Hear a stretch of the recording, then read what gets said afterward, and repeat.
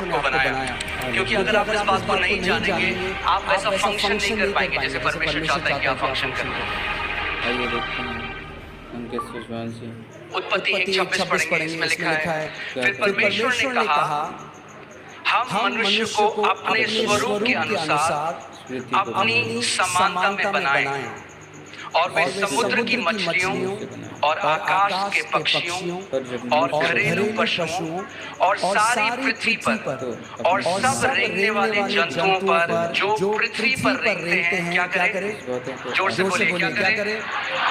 अधिकार करें। जब परमेश्वर ने मनुष्य को बनाया सबसे पहले तो अब परमेश्वर अपनी इंटेंशन को या अपने उद्देश्य को बोल रहे हैं कि मैं क्यों मनुष्य को बना रहा हूं। वो कह रहा है, और यहाँ पे जो परमेश्वर है वो प्लूरल है। यहाँ पे हम देखते हैं त्रिएक परमेश्वर, पिता, पुत्र और पवित्र आत्मा। यहाँ पर वो कह रहे हैं कि हम मनुष्य को आओ हम लेट अस, इंग्लिश बाइबल कहती है अस, यानी एक नहीं, अस, हम।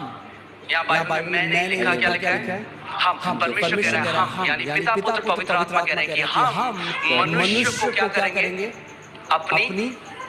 अपने स्वरूप में और अपनी समानता में बनाएंगे।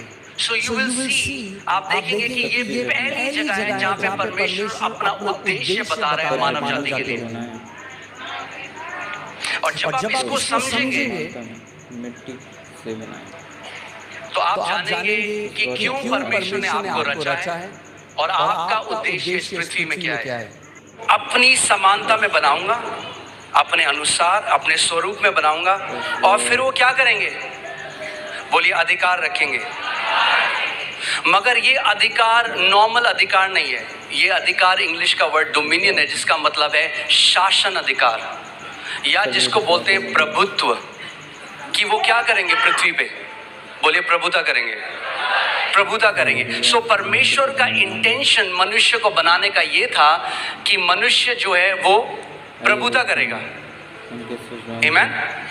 सो इस बात को समझिए, परमेश्वर ने आपको जब बनाया, आपके डीएनए में उसने शासन अधिकार डाला है। मैंने आपको पहले ही बताया था, आप एक चम्मच से भी एक कील को कसने की कोशिश कर सकते हैं, मगर चम्मच उसके लिए नहीं बनी थी। आप किसके लिए बनाए गए? प्रभुता करने के लिए। बोलिए, प्रभुता करने के लिए।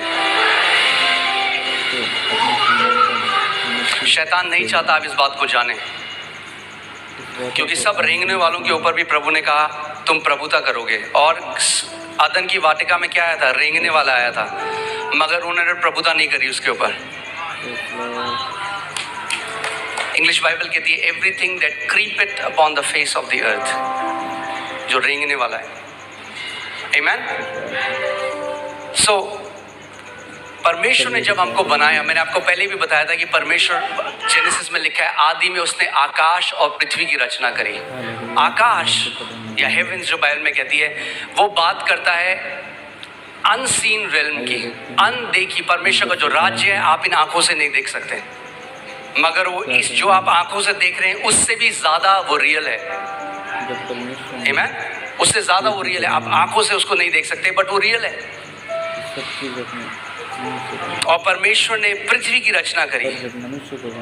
और परमेश्वर ने जब मनुष्य को बनाया तो क्या किया? सबसे पहले जब उसने मनुष्य को बनाया, बाकी सब चीजों को जो उसने बनाया अपने मुंह के वचन के द्वारा बनाया, मगर जब उसने मनुष्य को बनाया तो उसने उसको कैसे बनाया? अपने हाथों से उसने मिट्टी ली और एक मिट्टी से उसने हमारे शरीर को बनाया और अपनी आत्मा को मनुष्य के अंदर डाल दिया, जिसको हम इंग्लिश का शब्द ह्यूमन है, जो दो शब्द से मिलकर आता है, ह्यूमस यानी मिट्टी, और मैन जो हिब्रू भाषा में इश जिसका मतलब है आत्मा।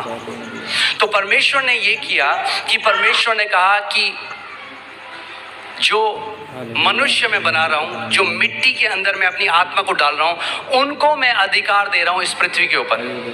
किसी आत्मा को अधिकार नहीं है पृथ्वी के ऊपर। आप समझ रहे हैं मेरी बात?